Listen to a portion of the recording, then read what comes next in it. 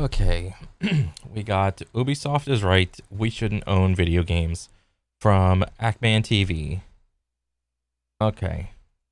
Do you like owning things? Do you enjoy having possessions? I mean, I Do I like owning things? So, I would probably say yes, be- because when you own something, I mean, it's generally understood that, like, that thing is yours. But the issue with owning stuff is that you just accumulate a pile of stuff and you only really own what you can protect. Like, you can own a lot of things, but if you can't protect those things, like, do you really own it? I mean, because like a lot of the cases in the terms of like video games, I I used to buy like the special editions of a lot of games, and like the whole Master Chief helmet, I got it sitting in my closet. Um, I used to have like the Fallout lunchbox, the Bioshock little was it Big Daddy? The Big Daddy little statue thing, and I just kept that stuff in a box, and essentially all it did was like collect dust. Um, and there is like a little piece of me that likes the sentimental value of like little statues and things like that. Um, and it's also nice to like in the case of like physical video games, it is nice to be able to like own the game and be able to play it anytime you want. But in our current climate of video games, and a lot of the times when a video game comes out on day one, it's not uh like it's kind of finished. It's mostly finished. There's always like a day one patch to like fix some extra stuff, depending on if it's like live service or not. Like you're really like not really getting the final product in terms of like balance or whatever, but like uh it's it it's a really like hit or miss like subject. I do. I love capitalism. It's such a simple yet genius idea. You work to earn money, and then you use that money to buy things, and then you own those things and can do whatever you want with them. It's genius. Why didn't Karl Marx think of this? Now it might be a bit confusing for some people. Quantum mechanics is also confusing, but it truly sounds like a great deal to me. Hold on, Actman, you say. I'm a senior executive at a multi-billion-dollar video game publishing company, and I don't have enough money. What do Mm. I do? Oh, well, in that case, you should just do what Ubisoft is doing and simply delete people's digital possessions that. Yeah, I heard about this. I think I had my Ubisoft account like deleted, and I got like something in like my little Google email telling me that like, oh, all your Ubisoft stuff got deleted. So I'm like, okay, whatever. So delisting the crew makes sense. Preventing it from ever being played again does not. So like the whole Ubisoft thing was like, if you haven't logged into your Ubisoft account in like multiple years, we're gonna delete your entire account, and whatever email is associated with that account, that's the email that we're gonna send you like a notification from. Um, I would probably guess that a lot of people back in the day, when they first made their Ubisoft account, probably didn't use like Gmail. Gmail is like so common. I would probably say a lot of people use like either Hotmail or Yahoo or something like that. There's a couple other different ones, but I would guess if anything, people just simply um because they don't log into their Ubisoft account, or like let's say they forgot their password, or forgot like just plain forgot what email they used because they only use that email for video games.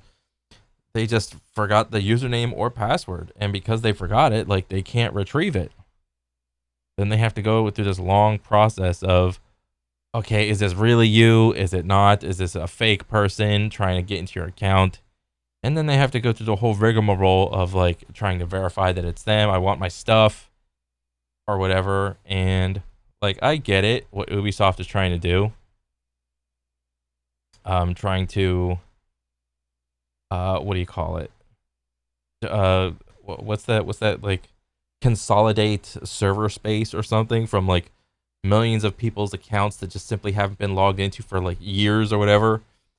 Like conceptually, I get it, but people paid money for certain digital products, and when you just delete them from ever accessing it again, I mean, it kind of feels shitty.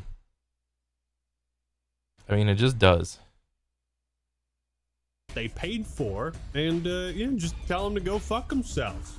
What's up, everybody? This is the Act Man here, and today let's talk about video game ownership and why this incredibly straightforward concept of paying for something and owning it is so complicated these days. Yeah. Ubisoft doubles down. Buying digital games does not grant players any rights to, quote, unlimited access. Oh shit. This is a new article that just came out April 11th. Ooh, not the first, not a joke. Unlimited access. Huh. Buying digital games doesn't grant players any rights to well, why not? I would love to hear the arguments why not. Are they saying that like buying a digital game is like going to like a theme park? Is that the comparison that they're about to make? You know, like a theme park is there physically. And, you know, just because you get a ticket doesn't mean you can have like unlimited access. Understandably, you know, you have to come here between this time and that time. You kind of have to follow the rules and yada yada. But digital games weren't always a thing. So this, like them trying to change it and morph it into like this theme park type of vibe, it's really unnerving. Because if this is the case and this is the trend, that means other people are going to try to copy it. But joke's on you, Ubisoft. You guys are clowns already. Nobody's buying your stocks. Nobody's buying the dip, whatever. Yeah, in the beginning, video games were all digital. Well, not digital. Physical things that you could just buy. Nintendo, Sega, whatever else, like PlayStation, Xbox, NES, SNES, what else? Dreamcast. You know, a lot of the big boom, the big golden ages of video games when it started to take off, when everybody started to get in on video games, was when the consoles started coming together and popping off. And when you have that much, like that many eyes on your product, there was like an initial impression of that product. Like, oh, the video game is the physical thing that you buy it, you own it, you play it whenever you want. Okay, everybody's on board with like this simple concept.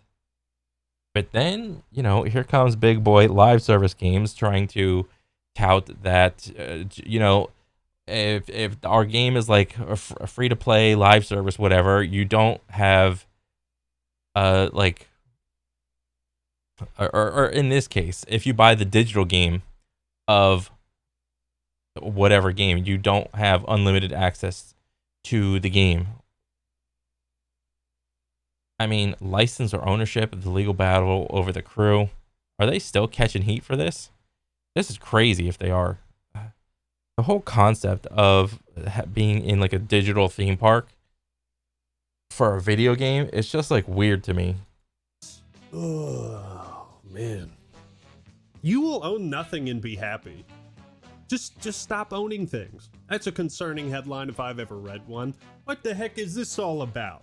Well, near the end of 2024, you may have heard about some niche racing game called The Crew, released back in 2014. And the reason this seemingly innocuous game was making headlines is because Ubisoft, the publisher, had decided to literally delete digital copies of the game from users' accounts. It's such a bizarre thing to do. It's Yeah. more weird than Nintendo being like, hey, here's the Mario Superstars, but it's only a Yeah, why not just let the game be and not delete it and just sunset it and just be like, okay, we're no longer going to provide updates or services or whatever to the game. Why did you have to like digitally go in there and be like, nope, everything off, bang?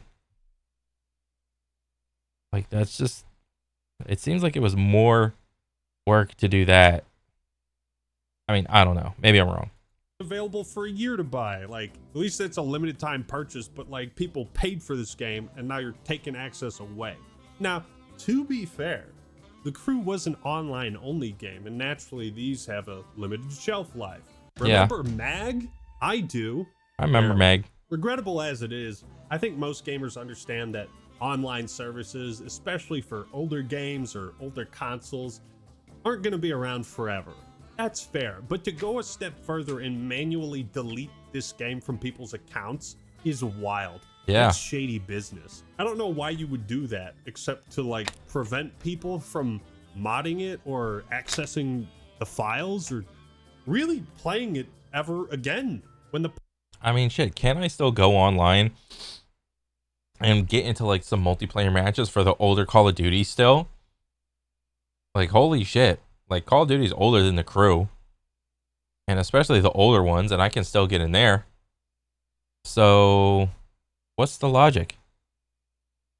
publisher decided to shut down the servers, the game became inaccessible to those who had purchased it in both physical and digital form. Although the community had made efforts to keep the game alive as much as possible, the big surprise came when Ubisoft deleted the digital copies. This led to a group of users filing a lawsuit in early November 2024. An actual lawsuit was filed for this. People got so pissed off.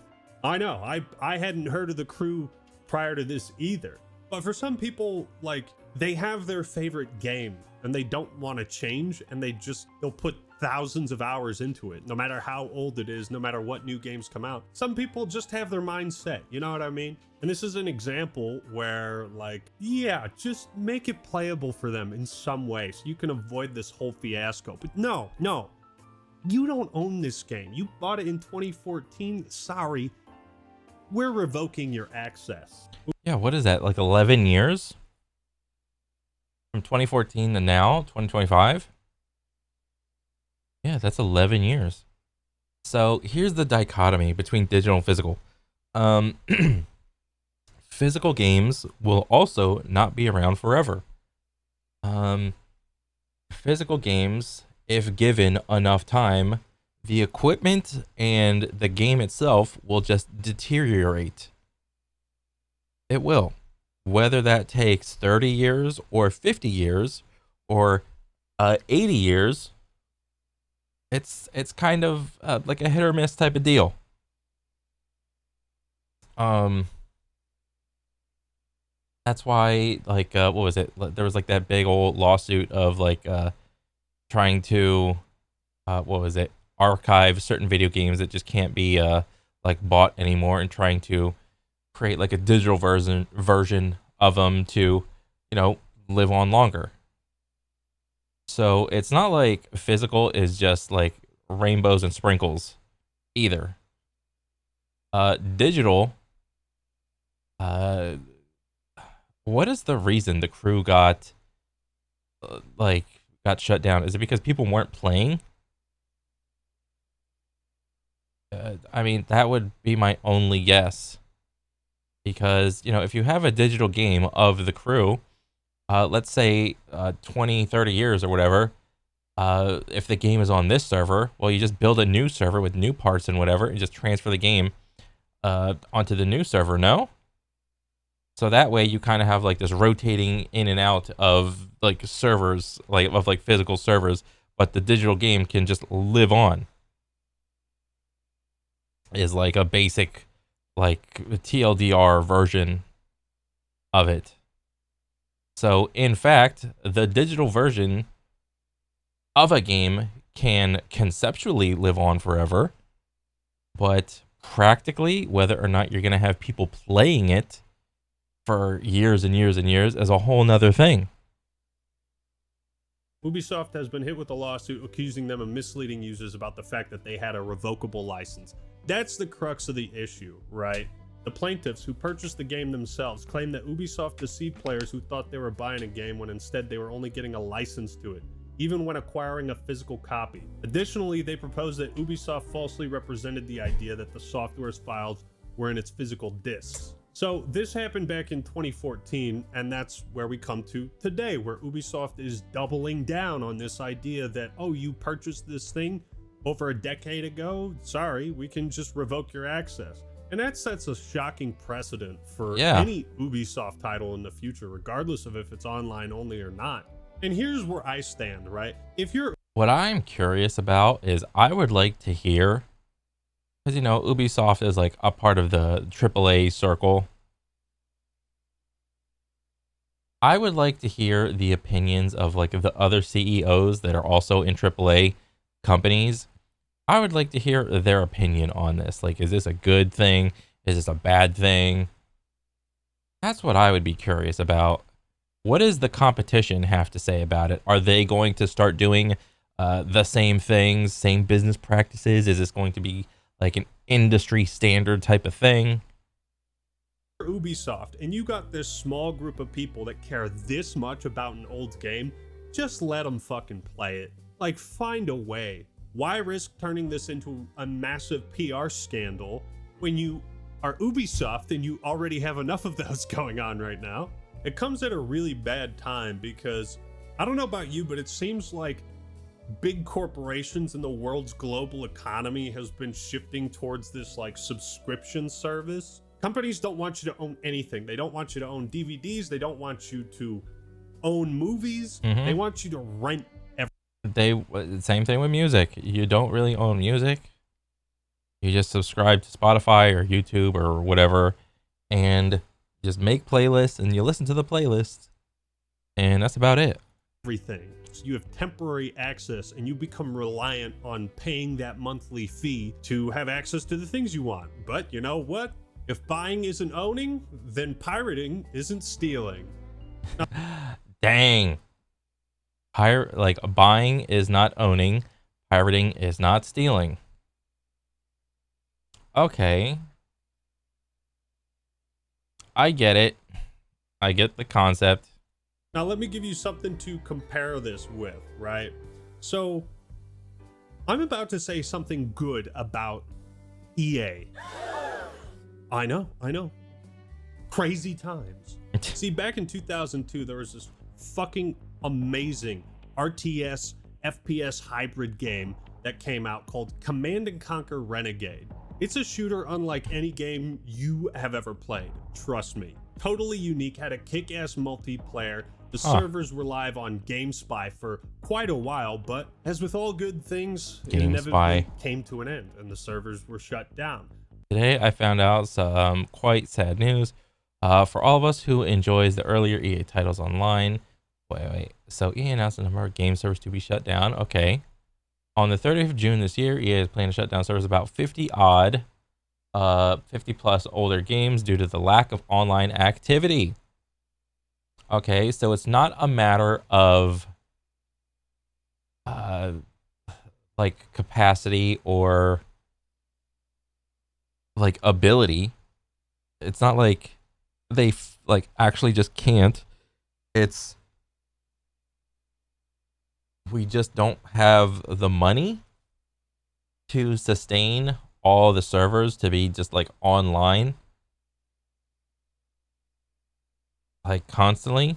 I mean, if that's the case, I mean, conceptually I get it, but then what's my incentive to get into one of these digital games where I'm in there for like a couple years and then all of a sudden, oh, it's shut down, so what, now I can't play it anymore? I mean, that doesn't feel good.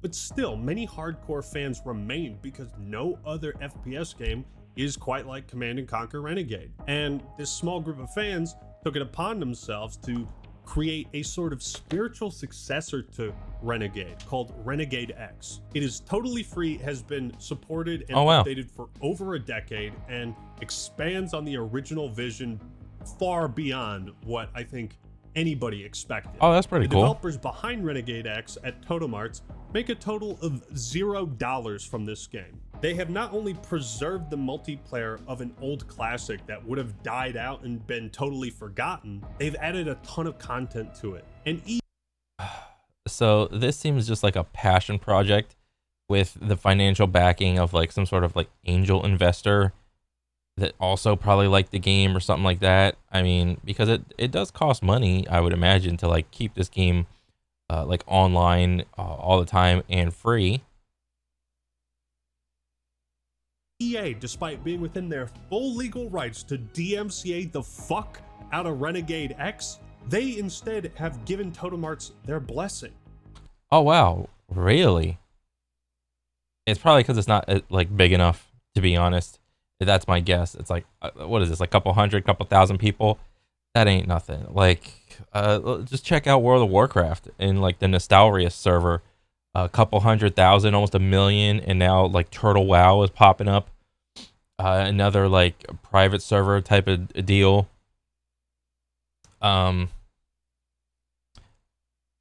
It's they probably got the blessing because they're probably don't have any plans to like re up the Renegade IP. So they're just like, yeah, we'll just let it go. Well, we're not going to worry about it. We don't have any plans to like do anything with this intellectual property. So if you want to do something with it, sure, go for it, man. And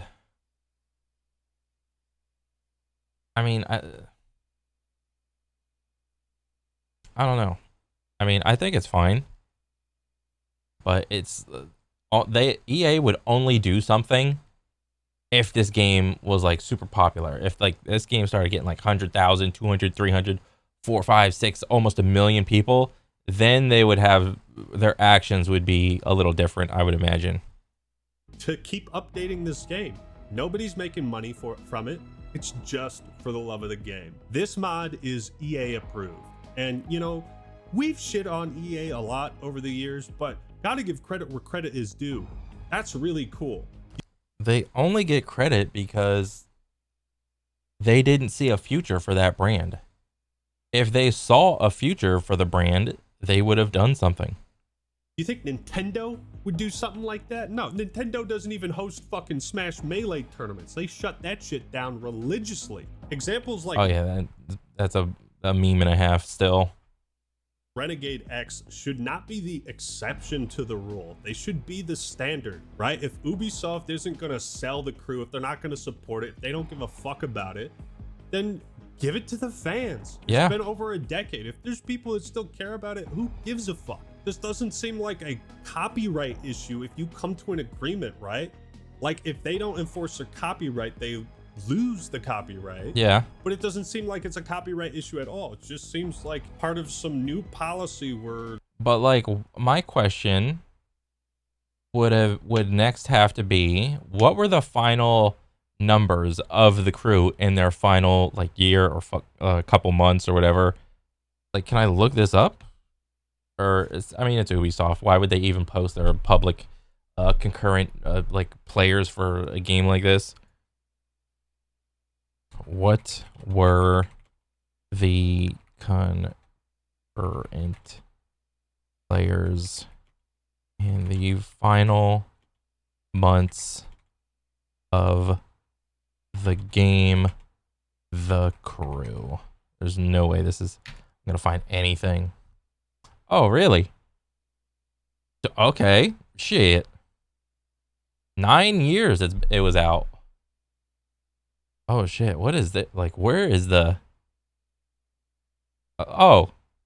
Bro, like, we're nickel and diamond over like 2,000 like people? Oh wait.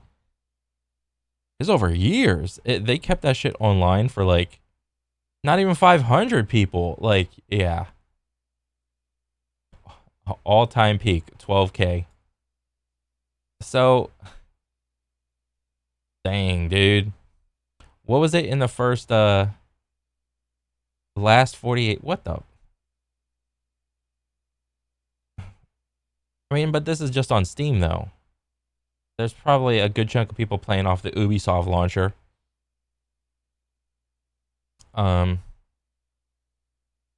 Shit, why did they even keep it around? Like once it's zeroed out, like right here, why wouldn't they, like, you're paying fees for like the next 6 years. 11,300 double digits. Like this is worse than like Suicide Squad, like, or like similar numbers to Suicide Squad. So from like peak 2015 ish, 2014 Steam release. Okay.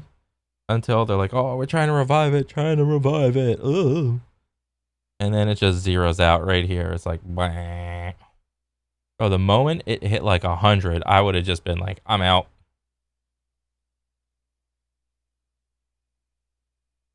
Yeah, like this is an IP that you just let go, dude.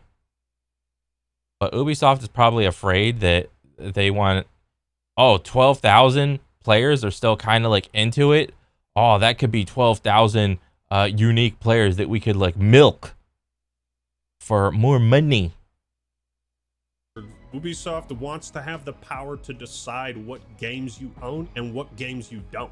Ubisoft reminds us of a sad reality about video games. Boy, you could say that again. They have responded to the lawsuit filed by California gamers who claim that the French company's actions, quote, violate the state's consumer protection laws. Now, I don't know how to begin unpacking video game law, let alone international video game law. But you go, King. However, Ubisoft failed to dismiss the case, with its lawyers arguing that there is no reason for gamers to believe that they had unfettered ownership rights in the game. Really? Really, Ubisoft? I mean, what is your reasoning for you pay the money but you still don't own it? Can you provide evidence or some sort of reasoning why I give you money but I still don't own the thing? Without deferring to some sort of like movie ticket pass, subscription pass, some sort of like theme park analogy. Like, come on. They bought it. They bought it though. Yeah. This isn't like World of Warcraft where even because if Ubisoft wants to like compare it to like other services where you pay money but you don't own the thing, the people can just come back with like, well, look at all these other digital video games where I can pay and like they're still online years later and access all my stuff years later. Back in the day, everybody knew and understood, yeah, I'm paying for a subscription to the game. This just seems like Ubisoft making a mountain out of a molehill. And that's a very... They're making a mountain out of like a couple hundred people that want to play still. Strange and shocking precedent for the future, right? What, like, if they could just revoke your access at any time, like, why the fuck would you buy it in the first place from them? Yeah. Ubisoft continues to say, frustrated with Ubisoft's recent decision to retire the game following a notice period delineated on the product's packaging, plaintiffs apply a kitchen sink approach on behalf of a putative case of nationwide customers, alleging 8 cases of action including violations of California's false advertising law, unfair competition, and Consumer Legal Remedies Act, as well as common law fraud and breach of warranty claims. The case is still ongoing, however. In March, the plaintiffs added an addendum with new allegations against the company, stating that Ubisoft is violating rules regarding the sale of gift certificates, which they argue could be considered the crew's currency. Oh, wow. Since gift cards cannot expire in California, the plaintiffs argue that when the crew closed, so did the in-game credit. Ubisoft now has until April 29th to respond. Now, oh, dang. I mean, that's news to me. What is this? Ubisoft 5, blah, blah, blah, blah. which they are considered. Okay. Ubisoft is violating rules regarding the sale of gift certificates, which they could argue be considered the crew's currency. And if the game is sold in California, gift cards cannot expire in California. So this is a gift card. This is the crew's currency. This should not be able to be expirable, but they shut the game down and it expired. So, dang. I mean, that logic is pretty logicking. Now, at this point, you might be losing the argument if you stoop down to like gift cards. This is just my impression of things, but it seems like the fans or the plaintiffs in this case just want to fucking play the game however they can. They're probably rightfully pissed off that the game has been torn away from. Yeah, because didn't this game have like an in-game currency thing? It was like it's an only online thing, and they probably had like microtransactions or whatever. So, yeah, why not? From them. And at the same time, it seems like Ubisoft is taking this hyper legal approach when going the route of EA and Renegade X would probably satisfy everyone just fine. I don't understand what's so hard about, like, I don't know, allowing these people to mod the game, make their own private servers. Fuck it. What, are you gonna come out with like does Crew 2 exist? Or Crew 3 or whatever? The Crew 2? Okay, they have a Crew 2. What about Crew 3? Okay, Crew 3. Motorfest. Okay, so this is what I'm... wait, so the live service thing is coming out with sequels for the live service thing. This is actually some bullshit to me.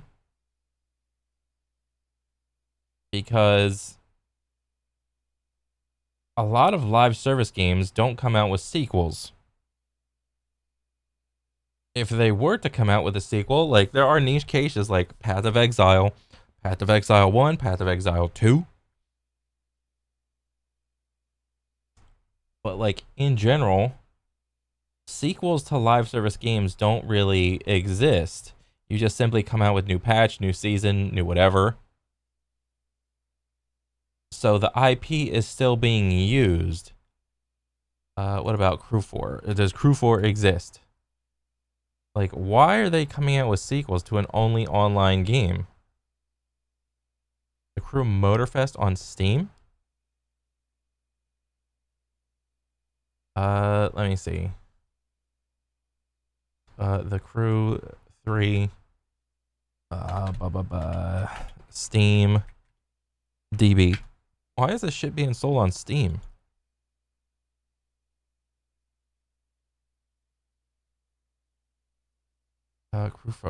Steam DB. Let me see. Concurrent players. Oh wow. It's so the IP is still being used, all-time peak of like 3,000. And like the last 24 hours is 900.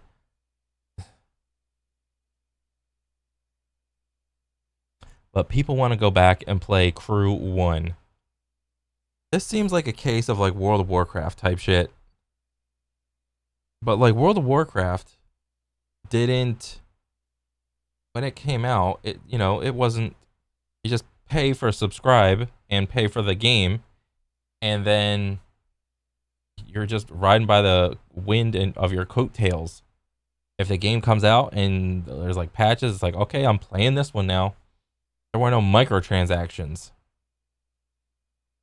back in original vanilla World of Warcraft. This is kind of weird. So you got like a couple hundred people that want to play Crew 1, and maybe even in the case of Crew 2. It's like live services coming out with sequels does not seem like a good formula. Like, at all. Why not? The reason this is a story and not some random game just being shut down that nobody cares about is the implication, right? If they pull the plug on servers for old games like this, even for people who paid full price, it's like they just bought a license. They didn't buy the game, which is just renting with a couple extra steps. Yeah. And if you put yourself in the business mindset, you would understand why, if you're Ubisoft, you would want to kind of crack down on video game ownership, right? Because buying a game, that's just one purchase. And then, well, if you give players complete access to mod it, then maybe they won't buy your next game. Yeah, talk to Valve about that one. Talk to Valve. I mean, again, if I could compare this to, the only comparison that I could make is like World of Warcraft. If like you're super passionate about Crew 1 or Crew 2, you'd have to go about and like just simply making the game from, I mean, I don't know how to do it. Just host your own private server of the game and just hopefully hope it doesn't get what is it called? Not NDA'd. Cease and desisted, because you only had a couple hundred people like playing in the first place, and then just make all of those items like just available to just play the game, because that's kind of what WoW did. No, I mean, Nostalrius and like other private servers like Molten WoW, it was they just made those servers and you could just download the server or whatever, or I forgot exactly how I did it back in the day. But you needed the discs, so you had the game, but then you downloaded the server or something. And I don't know the actual process, but like as long as you had the discs, you could still get onto like things like Molten WoW or Nostalrius. But you still have to have access to the original game anyway. I don't know. This is tough. Valve, they've dealt with that once or twice. Really, it just seems like this issue boils down to control. By controlling and selling licenses, they can revoke access anytime, prevent you from reselling the game, trading it in, doing whatever, prevent you from owning it, even if it's an always online game. Like Microsoft may have shut down the OG Xbox Live servers and the 360 servers, but correct me if I'm wrong, you can still hook up your OG Xboxes with your boys and play Halo 2 on a LAN. You can do this. Yes, you can. Halo LAN parties. Same with 360 with Halo 3, to my knowledge. And even if you don't want to go through all those hoops, well, MCC is a pretty cheap alternative. So if you're not going to offer an alternative, then that is a problem. Yeah, come out with the Crew collection. You want to play Crew 1? Play Crew 1. Want to play Crew 2? Play Crew 2. Want to play Crew 3? Play Crew 3. Then we get into pirating territory. Yeah. I don't know. It might also be part of this trend of remakes, remasters, and re-releases where companies don't want to make new games. They just want to, resell you 10, 15, 20-year-old games again. Yeah. There's a lot of weeds in this issue, but I hope I've carved a small path to lead you to the oasis. And you know what this does? This makes people more cautious about trying to invest any time at all into a new live service game, because the current live service games that already have been around for like double digits amount of years, it doesn't seem like they're going anywhere. To me, like the most popular ones, maybe make an argument of like maybe it's you're dead in the water for like mid-tier or like low-tier type of live service games or something like that. But like if any of these video game companies try to come out with a new live service game, like me trying to invest my time and effort, energy into this game, and even more so if like you're a little kid and you just like want a couple microtransactions to look cool, it's gonna be harder and harder, because I don't know. I would like to think the general population of parents that have kids that, the parents are like 30s and 40s or whatever, have grown up like playing video games, and it's like, oh yeah, I'm gonna let my kid play some games. I would like to think that they are more educated and can kind of sway their kid into like playing a certain type of video game. But yeah, I could be wrong. In conclusion, Ubisoft, come on, dog. Just let these people play the game. Figure out some way. Yeah. Let them have mod Just come out with a crew, a 1, 2, and 3 collection, and call it a day. access. Nobody gives a fuck about the crew except a small handful of Yeah. people. You know, why are you litigating such a meaningless issue unless you want this to become a precedent?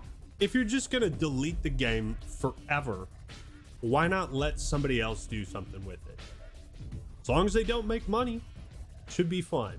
And I've never said this before, but Ubisoft, you should do what EA is doing with Renegade X. But what do you think? Do you hate owning things? Are you going to purchase a game and then 10 years later realize you don't actually own it? If so, leave your thoughts and opinions in the comments below. Like the video if you enjoyed it, and subscribe to Actman TV for more awesome content. All right, everyone, that's all I got for today. This is the Actman signing out. Peace. Dang. Do you like owning? Do I like owning things, like physically, to use at my own discretion? I mean, conceptually, yes, but it's like it takes up space. It's a physical thing. I mean, it's going to collect dust. The material is going to eventually deteriorate, so on and so forth. I don't know. It's like a give and take thing. So like, what if like you're into video games for like 10, 20 years, but then you just fall out of it, and but like you still own the thing, and it's like, okay, I'm just gonna sell the thing. I mean, I don't fucking know. I've never had to fucking deal with questions like this before. God dang it. I don't know, man. Overall, I think this is pretty cool. Pretty deep conceptually wise. This is a good little topic to just bullshit about. For sure, man. What's the vibes? I mean, what's everyone thinking? While we're on the topic of owning things, can Ubisoft stop owning Splinter Cell if they aren't going to do? True. Fucking true, dude. Absolutely. Fucking, you're killing me. Like, I need another Splinter Cell. I think nobody should own Ubisoft games either. Oh my god. Oh yeah. I mean, yeah. Everyone is, at least in here, just against Ubisoft. I mean, because Ubisoft stock. Oh, it's up. It's going up. What's the but it's going down. It's still trending down. But the last day, it's going up to $2. 4% up, guys. Woohoo! Oh, still down stonks. Buy the dip, guys. Yeah. I mean, who knows, man? I don't know what the right answer is, but it's a good topic to talk about at least. But yeah, that's pretty much it for me. I'll catch you guys on the next one. All right, later.